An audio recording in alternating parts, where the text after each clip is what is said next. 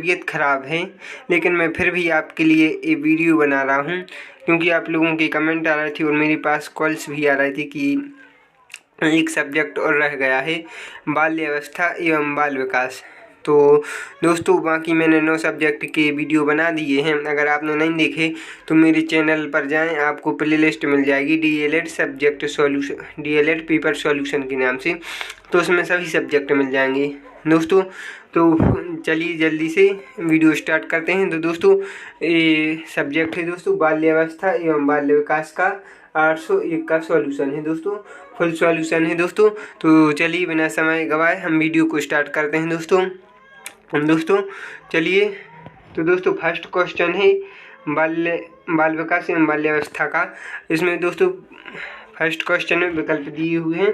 तो फर्स्ट विकल्प है दोस्तों परिपक्वता का अर्थ है, परिपक्वता का अर्थ है। तो दोस्तों इसका राइट आंसर हो जाएगा ऑप्शन सा, अभिवृद्धि एवं विकास। ठीक है दोस्तों, पहले का आंसर तीसरा हो जाएगा अभिवृद्धि एवं विकास। तो दोस्तों चलिए हम सेकंड देख लेते हैं। दोस्तों सेकंड है खेल के कार्य हैं। तो दोस्तों खेल के कार्य शारीरिक स्वास्थ्य का विकास, व्यक्तित्व का विकास, मूल्यों का विकास और उपरोक्त सभी। तो दोस्तों उपरोक्त सभी राइट हो जाएगा दोस्तों। खेल के कार्य हैं ये सभी हैं दोस्तों, तो उपरोक्त सभी ऑप्शन नंबर द राइट हो जाएगा दोस्तों। चलिए अब हम नेक्स्ट क्वेश्चन देख लेते हैं। दोस्तों नेक्स्ट क्वेश्चन है तीसरा विकल्प है दोस्तों सामाजिक विकास को प्रभावित करने वाले कारक। सामाजिक विकास को प्रभावित करने वाले कारक हैं। तो दोस्तों समाज, परिवार, विद्यालय। तो दोस्तों ये तीनों हैं जो समाज को प्रभावित करने वाले कारक हैं। तो ऑप्शन नंबर द राइट हो जाएगा दोस्तों, ऑप्शन नंबर द उपरोक्त सभी। ठीक है दोस्तों, तीसरे का उपरोक्त सभी हो जाएगा दोस्तों। अब चौथा विकल्प है बालक के सामाजिकरण में सबसे महत्वपूर्ण कारक है। तो दोस्तों सबसे महत्वपूर्ण कारक है जो परिवार है, ऑप्शन नंबर सा दोस्तों राइट हो जाएगा, चौथी का परिवार। ठीक है दोस्तों नेक्स्ट क्वेश्चन है पांचवा क्वेश्चन है दोस्तों दीवा स्वप्न पुस्तक के लेखक हैं दोस्तों। ये तो इजी सा है दोस्तों, गिजू भाई बधेका। इसमें गिजू भाई अकेले लिखा है तो आप भी गिजू भाई लिख दें अगर इनका पूरा नाम है गिजू भाई बधेका। ठीक है दोस्तों, तो ऑप्शन पांचवे का ऑप्शन नंबर सा राइट हो जाएगा गिजू भाई। ठीक है, चलिए दोस्तों अब हम नेक्स्ट क्वेश्चन देख लेते हैं। दोस्तों नेक्स्ट क्वेश्चन है खाली स्थान दिए हुए हैं नेक्स्ट क्वेश्चन में। तो पहला खाली स्थान है प्रतिभाशाली बालकों की बुद्धि लब्धि खाली स्थान होती है। तो दोस्तों ये होती है 140 या अधिक, 140 या अधिक होती है दोस्तों, 140 या 140 से अधिक होती है। ठीक है दोस्तों अब हम नेक्स्ट खाली स्थान देख लेते हैं। तो दोस्तों नेक्स्ट खाली स्थान है दृष्टिबाधित बालकों का खाली स्थान एक शैक्षणिक साधन है। दोस्तों इसमें राइट आंसर आ जाएगा ब्रेल दोस्तों, इस सेकंड खाली स्थान में आ जाएगा ब्रेल। ठीक है, अब तीसरा है दोस्तों सूक्ष्म गति कौशल विकास की आयु। सूक्ष्म गति कौशल विकास की आयु खाली स्थान है। तो दोस्तों इसमें आ जाएगा 2 वर्ष। ठीक है दोस्तों, 2 वर्ष आ जाएगा दोस्तों। नेक्स्ट है चौथा खाली स्थान है संवेग का लैटिन शब्द खाली स्थान है। तो दोस्तों इसमें राइट आंसर आ जाएगा एमोवेयर। ठीक है दोस्तों, एमोवेयर इसमें आ जाएगा। तो दोस्तों अब हम पांचवा खाली स्थान देख लेते हैं। ठीक है दोस्तों, पांचवा खाली स्थान है विटामिन सी की कमी से खाली स्थान रोग होता है। तो दोस्तों इसमें राइट आंसर आ जाएगा स्कर्वी। ठीक है दोस्तों, स्कर्वी रोग होता है विटामिन सी की कमी से। ये तो इजी सा है, आपको भी मालूम होगा दोस्तों। चलिए दोस्तों अब हम नेक्स्ट क्वेश्चन देख लेते हैं। दोस्तों नेक्स्ट क्वेश्चन है एक वाक्य में उत्तर। ठीक है, हमें एक वाक्य में उत्तर लिखना है। ठीक है दोस्तों, तो दोस्तों पहला खाली एक वाक्य में उत्तर है शैशव अवस्था का काल लिखिए। तो दोस्तों ये डाउटिंग क्वेश्चन है दोस्तों। देखो कहीं कहीं मिल रहा है 0 से लेकर 5 तक का शैशव अवस्था का काल, कहीं कहीं मिल रहा है मतलब जन्म से लेकर 5 तक का। ठीक है, 5 वर्ष तक का, और कहीं कहीं मिल रहा है दोस्तों जन्म से लेकर 2 वर्ष तक। तो मैंने मेरी अपनी बुक में देखा तो उसमें दोस्तों जन्म से 5 वर्ष तक लिखा है, तो मैंने तो यही राइट समझा है दोस्तों, जन्म से लेकर 5 तक। तो आप अगर आप जन्म से लेकर 5 वर्ष तक लिखना चाहें तो ये लिख लें, नहीं तो फिर आप जन्म से लेकर 2 वर्ष, कहीं कहीं जन्म से 2 वर्ष मिल रहा और कहीं कहीं जन्म से 5 वर्ष, तो आप इन दो में से जो लिखना चाहें आप वो लिख सकते हैं। ठीक है दोस्तों। अब हम सेकंड एक वाक्य में उत्तर देख लेते हैं। तो दोस्तों सेकंड एक वाक्य में उत्तर है हाथों से संबंधित गयात्मक विकास से। तो दोस्तों ये हो जाएगा हाथों और उंगलियों का आँखों के साथ संबंध बैठाना क्या हो जाएगा दोस्तों, गयात्मक विकास हो जाएगा। दोस्तों एक बार और सुन लें, हाथों और उंगलियों का आँखों के साथ संबंध बैठाना ज्ञात्मक विकास है। ठीक है दोस्तों, इतना आ जाएगा इसमें। ठीक है, अब हम तीसरा देख लेते हैं दोस्तों। तीसरा एक वाक्य में उत्तर है स्थूल गति कौशल के विकास की अवस्था है। तो दोस्तों ये 4 से 5 वर्ष। ठीक है दोस्तों, 4 से 5 वर्ष। ठीक है दोस्तों, इसमें आ जाएगा 4 से 5 वर्ष। दोस्तों अब हम नेक्स्ट देख लेते हैं झूला घर का उद्देश्य क्या है। झूला घर का क्या उद्देश्य। ठीक है दोस्तों, तो दोस्तों इसमें आ जाएगा ए, झूला घर का उद्देश्य साफ है कि कामकाजी माताओं के बच्चों के लिए डे केयर सुविधा प्रदान करने के साथ साथ बच्चों। दोस्तों इसमें इतना ही आ जाएगा, झूला घर का उद्देश्य कि कामकाजी महिलाओं की माताओं की बच्चों के लिए डे केयर की सुविधा प्रदान करना। ठीक है दोस्तों, यहाँ तक आ जाएगा। ठीक है, आपको इतना ही लिखना है, मतलब जो दिन भर जो माताएं काम को जाती हैं उनकी बच्चों को देखभाल करना। दोस्तों यही उद्देश्य है झूला घर का। ठीक है, इसके बाद में दोस्तों आ जाएगा पांचवा है दोस्तों कैल्शियम की कमी से होने वाले रोग का नाम बताइए। यह लिखिए दोस्तों। तो दोस्तों इसमें आ जाएगा रिकेटस। दोस्तों क्या आ जाएगा, एक मिनट दोस्तों, रिकेटस। ठीक है दोस्तों, 5वां एक वाक्य में उत्तर आ जाएगा रिकेटस। ठीक है दोस्तों,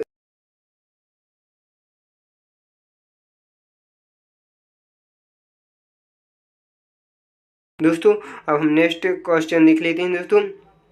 तो दोस्तों अब हम आ गए क्वेश्चन नंबर 4 पर। तो दोस्तों क्वेश्चन नंबर 4 है समावेशी शिक्षा के 2 महत्व लिखिए। समावेशी शिक्षा के 2 महत्व लिखना है, तो चलिए देख लेते हैं जल्दी से भी। तो दोस्तों ये है समावेशी शिक्षा की महत्व। दोस्तों कोई 2 लिखनी है तो आप 2 लिख लें इनमें से। दोस्तों पहला ये हो जाएगा समावेशी शिक्षा प्रत्येक बच्चे के लिए कुछ और उचित उम्मीदों के साथ किसकी उसकी व्यक्तिगत तथ्यों का विकास करती है। ठीक है दोस्तों, दूसरा उद्देश्य हो जाएगा दोस्तों समावेशी शिक्षा बच्चों को अनेक शिक्षा के क्षेत्र में और स्थानीय स्कूलों की गतिविधियों में माता पिता को भी शामिल करने की वकालत करती है। ठीक है दोस्तों, ये हो जाएगा सेकंड। अगर दोस्तों आपको सेकंड 2 ही लिखनी है, अगर आप दूसरा नहीं लिखना चाहें तो कोई और लिख लें। ठीक है दोस्तों, मैं और बता देता हूँ, इनमें से आप कोई 2 लिख लें। ठीक है दोस्तों, ये हो गया तीसरा, ये हो गया चौथा। दोस्तों आपको कोई 2 लिखना है। ठीक है, तो आप कोई भी 2 लिख लें इनमें से जो आपको अच्छा लगे। ठीक है दोस्तों, मैंने 4 बता दी तो आप कोई भी 2 लिख सकते हैं। ठीक है दोस्तों, एक बार और मैं जूम करके बता देता हूँ। पहला हो गया दोस्तों, उसके बाद में दूसरा हो गया दोस्तों ये वकालत करती है तक, इसके बाद में ये तीसरा हो गया दोस्तों, उसके बाद में ये चौथा हो गया। ठीक है, तो अब हम चलिए नेक्स्ट क्वेश्चन देख लेते हैं दोस्तों जल्दी से। दोस्तों नेक्स्ट क्वेश्चन है खेल की परिभाषा दीजिए। तो चलिए दोस्तों खेल की परिभाषा देख लेते हैं। दोस्तों ये हो जाएगी खेल की परिभाषा। दोस्तों इसमें 1 2 3 दी हुई हैं, तो आप इनमें से कोई एक लिख लें। अगर ए वाली सेलर एवं स्ट्रेमसर के अनुसार लिखना चाहते हैं तो यहाँ तक लिख लें। यदि आप दूसरी वाली लिखना चाहते हैं तो यहाँ से दूसरे नंबर से यहाँ तक लिख लें। ठीक है दोस्तों, और अगर आप तीसरी लिखना चाहते हैं तो यहाँ तक लिख लें। आप कोई एक लिख लें इनमें से। ठीक है दोस्तों, चलिए अब हम नेक्स्ट क्वेश्चन देख लेते हैं। तो ये हो जाएगा खेल की परिभाषा हो जाएगी, तो आप लिख लें कोई एक खेल की परिभाषा। ठीक है दोस्तों, हम नेक्स्ट क्वेश्चन देख लेते हैं। दोस्तों नेक्स्ट क्वेश्चन है 6वां। दोस्तों 6वां क्वेश्चन में दिया हुआ है पुरस्कार के प्रकार लिखिए। दोस्तों तो पुरस्कार के प्रकार दोस्तों हो जाएंगे 2 प्रकार हो जाएंगे दोस्तों, मूर्त पुरस्कार, और दूसरा हो जाएगा अमूर्त, मूर्त और अमूर्त। ठीक है दोस्तों, ये दो हो जाएंगे पुरस्कार के प्रकार दोस्तों। तो चलिए अब हम नेक्स्ट क्वेश्चन देख लेते हैं। आपको ये दो प्रकार लिख देना है पुरस्कार के। चलिए दोस्तों, अब नेक्स्ट क्वेश्चन है, 7वां क्वेश्चन है दोस्तों, संवेग का अर्थ लिखिए, बताइए संवेग का अर्थ बताइए। ठीक है दोस्तों, संवेग का अर्थ। तो चलिए संवेग का अर्थ देख लेते हैं दोस्तों। संवेग का अर्थ है, ये हो जाएगा दोस्तों, संवेग का अर्थ आप यहाँ से लेके यहाँ तक लिख दें। ठीक है दोस्तों, संवेग प्राणी की उत्तेजित मनोवैज्ञानिक और शारीरिक दशा है जिसमें शारीरिक क्रियाएं और शक्तिशाली भावनाएं किसी निश्चित उद्देश्य को प्राप्त करने के लिए स्पष्ट रूप से बढ़ जाती हैं। किसी ही प्रकार के आवेश आने, भड़क उठाने,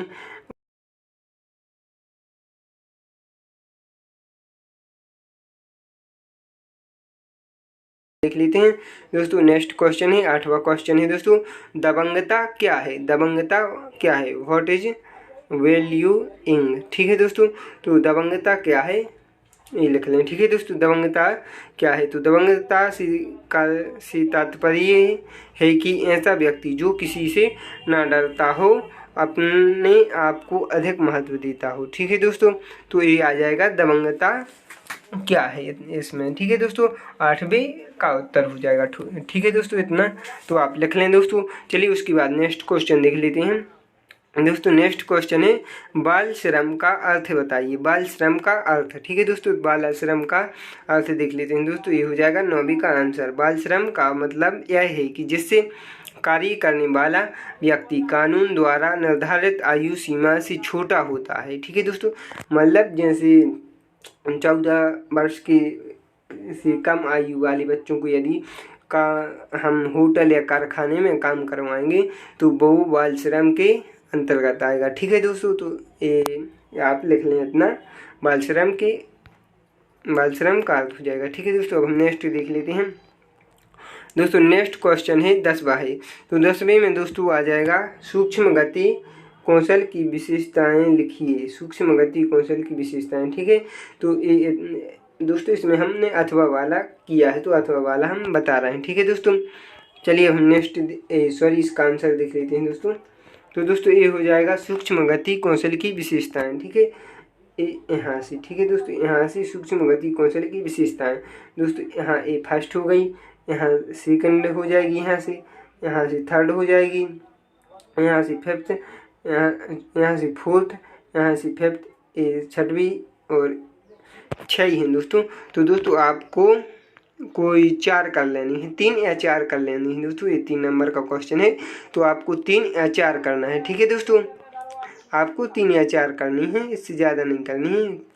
ठीक है दोस्तों, चलिए इतने में आंसर हो जाएगा आपका 3 या 4 में, तो आप 3 या 4 कर लें। ठीक है दोस्तों, जो भी आपको सरल लगे वो कर लें आप। जरूरी नहीं है कि आप पहले से क्रम से 3 लिखें। आप नंबर डालकर, पहला नंबर डालकर आप 6वीं वाली भी लिख सकते हैं। आपको जो मन करे वो आप लिख सकते हैं। ठीक है, हम नेक्स्ट क्वेश्चन देख लेते हैं दोस्तों। चलिए नेक्स्ट क्वेश्चन देख लेते हैं दोस्तों। नेक्स्ट क्वेश्चन है सामाजिकरण की प्रक्रिया की मुख्य विशेषताएं लिखिए। सामाजिकरण की प्रक्रिया की मुख्य विशेषताएं। तो चलिए दोस्तों इसका भी आंसर देख लेते हैं दोस्तों। ये हो जाएगा सामाजिकरण की प्रक्रिया की मुख्य विशेषताएं। तो दोस्तों इसको अब हम जूम करके भी देख लेते हैं ताकि आप लोगों को अच्छे से एक प्रश्न दिखे, उत्तर दिखे। ठीक है दोस्तों, पहला हो जाएगा सामाजिकरण की प्रक्रिया के अंतर्गत सीखने की प्रक्रिया। दूसरी हो जाएगी दोस्तों इसकी विशेषता आजीवन की प्रक्रिया। दोस्तों तीसरी हो जाएगी समय तथा स्थान सापेक्ष। और दोस्तों चौथी हो जाएगी आत्मसात की प्रक्रिया। और दोस्तों 5वीं हो जाएगी समाज का सदस्य बनने की प्रक्रिया। ठीक है दोस्तों, तो आपको लिख देनी है इसमें कोई 4 विशेषताएं आपको लिख देनी है। इतने में आपका आंसर कंप्लीट हो जाएगा। ठीक है दोस्तों, अब हम नेक्स्ट क्वेश्चन देख लेते हैं दोस्तों। नेक्स्ट क्वेश्चन है 12वां क्वेश्चन है दोस्तों। इसमें आ जाएगा नैतिक, दोस्तों नैतिक मूल्यों के विकास में अभिभावकों का योगदान। ये ऊपर वाला दोस्तों देख लें दोस्तों, तो ये हो जाएगा इसका आंसर। नैतिक मूल्यों में नैतिक मूल्यों के विकास में अभिभावकों का योगदान। तो दोस्तों ये आ जाएगा, आप यहाँ से लिखना शुरू करें। मनुष्य समाज का एक अभिन्न अंग है और समाज से ही उसका अस्तित्व निर्मित है, परंतु किसी भी मनुष्य के नैतिक मूल्यों का विकास में उसके परिवार तथा उसके माता पिता का महत्वपूर्ण योगदान होता है। ठीक है, क्योंकि एक छोटे बच्चे में जब नैतिक मूल्यों की समझ होने लगती है तो वहाँ सबसे ज़्यादा अपने परिवार के समीप रहता है। उसके परिवार में जैसा वातावरण होगा उसको वैसा भी विचार होने लगेगा। जैसे कि एक बच्चे के परिवार में सब लोग मिलजुल कर रहते हैं तथा लोगों की मदद करते हैं तो वह उस बालक पर सकारात्मक प्रभाव पड़ेगा, जिससे कि वहाँ देश की भलाई व समाज की भलाई के बारे में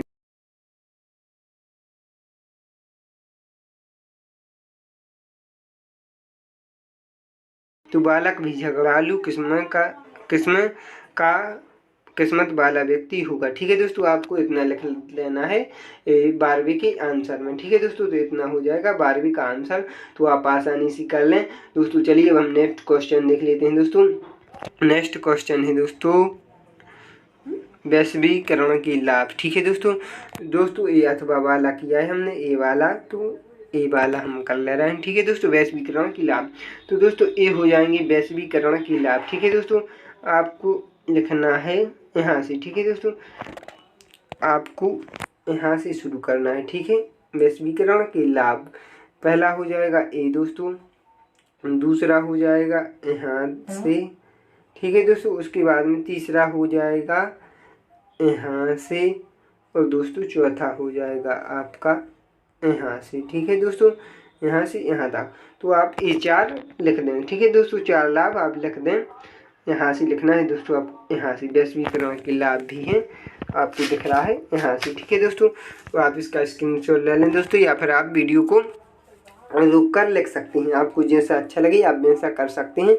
दोस्तों मेरी तबीयत ख़राब है लेकिन मैं भी फिर भी आप लोगों की डिमांड पर ये वीडियो बना रहा हूँ। आप लोगों के कमेंट और फ़ोन कॉल्स के माध्यम से हम ये वीडियो बना रहे हैं, नहीं तो मेरी आज तबीयत ठीक नहीं थी। ठीक है दोस्तों, तो चलिए नेक्स्ट क्वेश्चन देख लेते हैं दोस्तों नेक्स्ट क्वेश्चन है 14वां क्वेश्चन है दोस्तों ये अथवा वाला हम इसमें करेंगे। तो दोस्तों इसमें बालक के विकास पर सांस्कृतिक पृष्ठभूमि के प्रभाव लिखिए। दोस्तों बालक के विकास पर सांस्कृतिक पृष्ठभूमि के प्रभाव हमें लिखनी है। तो दोस्तों देख लेते हैं, चलिए जल्दी से इसका आंसर। तो दोस्तों ये हो जाएगा इसका आंसर, बालक के विकास पर सांस्कृतिक पृष्ठभूमि के प्रभाव लिखिए। तो दोस्तों ये हो जाएगा इसका आंसर। आप इसका स्क्रीनशॉट लेकर लिख लें या फिर आप वीडियो को रोक कर लिख सकते हो। दोस्तों ये तो आप सांस्कृतिक पृष्ठभूमि का मन से भी लिख सकते हैं, लेकिन आप इतना लिख लें, और अगर आप इसमें और मन से जोड़ना चाहते हैं तो मन से भी जोड़ सकते हैं। ठीक है दोस्तों, तो चलिए दोस्तों नेक्स्ट क्वेश्चन देख लेते हैं। दोस्तों नेक्स्ट क्वेश्चन है, ये आप कर लें दोस्तों, अच्छे से स्क्रीनशॉट ले लें जल्दी से, या फिर आप वीडियो को रोक लें। ठीक है दोस्तों, अब हम नेक्स्ट क्वेश्चन देख लेते हैं। तो दोस्तों नेक्स्ट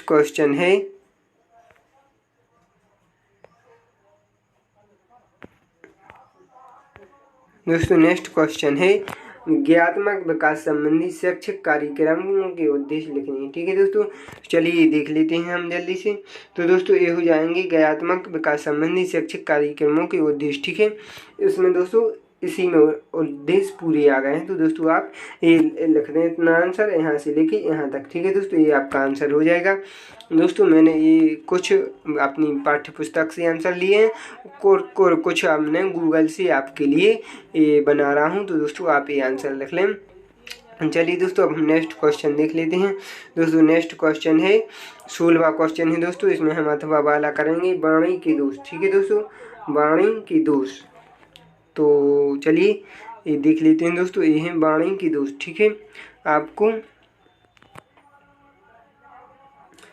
यहीं से लिख दें दोस्तों, आप तो वाणी के दोष से तात्पर्य आप यहाँ तक लिखते हैं। ठीक है दोस्तों, 5 कर लें या नहीं तो आप 6 करने तो 6 कर लें, आपको जितनी 5 या 6 जितनी करनी है उतनी कर लें। ठीक है दोस्तों,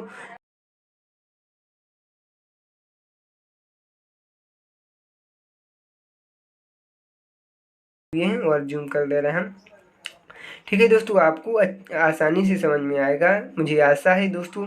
तो दोस्तों अब चलिए नेक्स्ट क्वेश्चन देख लेते हैं दोस्तों। नेक्स्ट क्वेश्चन है दोस्तों 17वां क्वेश्चन है, बाल श्रमिक बनने से रोकने के उपाय। ठीक है दोस्तों, बाल श्रमिक बनने से रोकने के उपाय लिखी। ठीक है दोस्तों, तो दोस्तों ये हैं बाल श्रमिक या शोषण से बचाने हेतु उपाय। ठीक है दोस्तों, तो आपको ये यही लिख देने हैं। ठीक है दोस्तों, ये इसमें लिख दें आप 5 या 6 लिख दें। ठीक है दोस्तों, इतने में आपका आंसर हो जाएगा, 5 या 6 आप लिख दें, ये अधिनियम है दोस्तों। तो चलिए दोस्तों अब हम नेक्स्ट क्वेश्चन देख लेते हैं, आसानी से आप लिख लेंगे। इसके बाद में अब हम नेक्स्ट क्वेश्चन देख लेते हैं। तो दोस्तों ये वही पे क्वेश्चन है, ये 2 बार हो गया है, पिक आ गई, तो आप लिख लें दोस्तों। ये 17वां ही क्वेश्चन है दोस्तों, तो आप लिख लें इसको आसानी से। अब हम नेक्स्ट क्वेश्चन देख लेते हैं। चलिए दोस्तों ये है 18वां क्वेश्चन, तो हम इसको दोस्तों ये थोड़ा लंबा है, तो चलिए दोस्तों ये अथवा वाला दोस्तों है, अथवा वाला। ठीक है दोस्तों, एरिक्सन के मनोसामाजिक विकास के सिद्धांत को स्पष्ट कीजिए। तो चलिए दोस्तों इसका लिख लेते हैं। दोस्तों पहले आप यहीं से स्टार्ट कर लें। ठीक है दोस्तों, यहाँ से आप लिखना स्टार्ट करें यहाँ तक, और जूम करके बता देते हैं। ठीक है दोस्तों, अब आपको आसानी समझ में आ रहा होगा। चलिए इसके बाद में आपको दोस्तों ये लिखना है। दोस्तों 1 मिनट,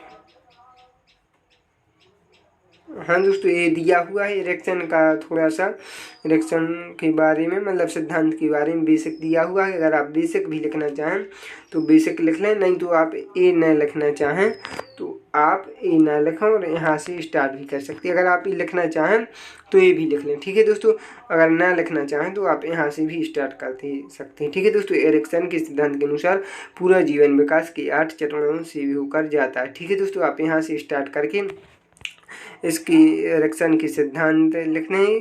ठीक है दोस्तों, विश्वास बनाम अविश्वास, स्वायत्तता बनाम शर्त। ठीक है दोस्तों, ये दूसरा लिख लें। उसके बाद देखिए पहला लिख लें, आप इतना स्क्रीनशॉट ले लें दोस्तों।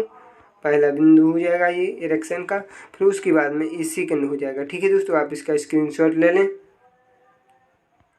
ठीक है दोस्तों, फिर उसके बाद में ये आ जाएगा दोस्तों तीसरा। ठीक है, तो आप इसको लिख लें। ठीक है दोस्तों, तीसरे को, फिर उसके बाद में आ जाएगा चौथा। ठीक है, तो दोस्तों चौथा लिख दें आप। उसके बाद में आपको नेक्स्ट पर आ जाना है। ठीक है दोस्तों, आप ये 5 ही लिखनी है, तो दोस्तों आप ये 5 लिख दें। ठीक है दोस्तों, आप ये 5 बिंदु लिख दें, और दोस्तों तो इतने में आपका आंसर कंप्लीट हो जाएगा। तो दोस्तों अब हम चलते नेक्स्ट क्वेश्चन देख लेते हैं। दोस्तों नेक्स्ट क्वेश्चन है भाषा विकास की अवस्थाओं का वर्णन कीजिए। ठीक है दोस्तों, ये 19वां क्वेश्चन है, तो इसको भी देख लेते हैं जल्दी से। तो दोस्तों ये हो गया, भाषा विकास की कुल 5 अवस्थाएं हैं। ठीक है दोस्तों, आपको यहीं से स्टार्ट करना है। तो पहला होगा ये बोलने की तैयारी। तो ठीक है दोस्तों, ये बोलने की तैयारी के अंतर्गत आ जाएगा चिल्लाना अथवा क्रंदन। ठीक है दोस्तों, फिर आपको ये लिखने के बाद सेकंड पर आ जाना है। दोस्तों सेकंड हो जाएगी ध्वनियाँ अथवा बल बलाना। ठीक है दोस्तों, ये हो जाएगी बोलने भाषा की तैयारी। ठीक है दोस्तों, फिर वो आ जाएगी अंग विक्षेप तीसरा में। ठीक है दोस्तों, तीसरा, फिर उसके बाद में आपको ये लिख देनी है आकलन शक्ति। फिर दोस्तों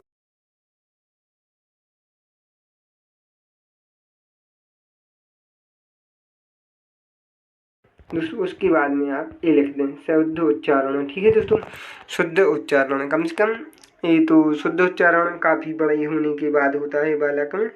दोस्तों ये आप लिख दें लास्ट में। ठीक है दोस्तों, इतना आपका आंसर हो जाएगा। तो चलिए अब हम नेक्स्ट क्वेश्चन देख लेते हैं दोस्तों। ये है नेक्स्ट क्वेश्चन, सामाजिकरण में शिक्षक की भूमिका स्पष्ट की। सामाजिकरण में शिक्षक की भूमिका स्पष्ट की करनी है। ठीक है दोस्तों, तो ये हो जाएगा आंसर सामाजिकरण में शिक्षक की भूमिका। ठीक है दोस्तों, आप देख सकते हैं सामाजिकरण में शिक्षक की भूमिका। दोस्तों ये मैंने अपनी पाठ्य पुस्तक से ये आंसर लिया है, तो आप लिख सकते हैं, यहाँ से आप लिखें। और दोस्तों और भी बता रहा हूँ मैं, इतना लिखने के बाद में दोस्तों आप और जूम करके बता देता हूँ मैं दोस्तों, ताकि आपको प्रॉब्लम ना हो लिखने में। आप यहाँ से लिखना शुरू करें दोस्तों, फिर उसकी इतना लिखने के बाद आप उसके बाद में यहाँ आ जाएँ। ठीक है दोस्तों, उतना लिखने के बाद आप यहाँ आ जाएँ और इतना लिख दें और यही हो जाएगा आपका आंसर। और दोस्तों ये हो गया पेपर का सॉल्यूशन। तो दोस्तों अगर इस वीडियो को लाइक शेयर ज़रूर कर दें दोस्तों, क्योंकि इस वीडियो में सबसे ज़्यादा मेहनत लगी है, क्योंकि मेरी तबीयत ठीक नहीं है। आप लोगों को तो आवाज़ से लग ही रहा होगा, लेकिन मैं फिर भी वीडियो बना रहा हूँ आपके लिए।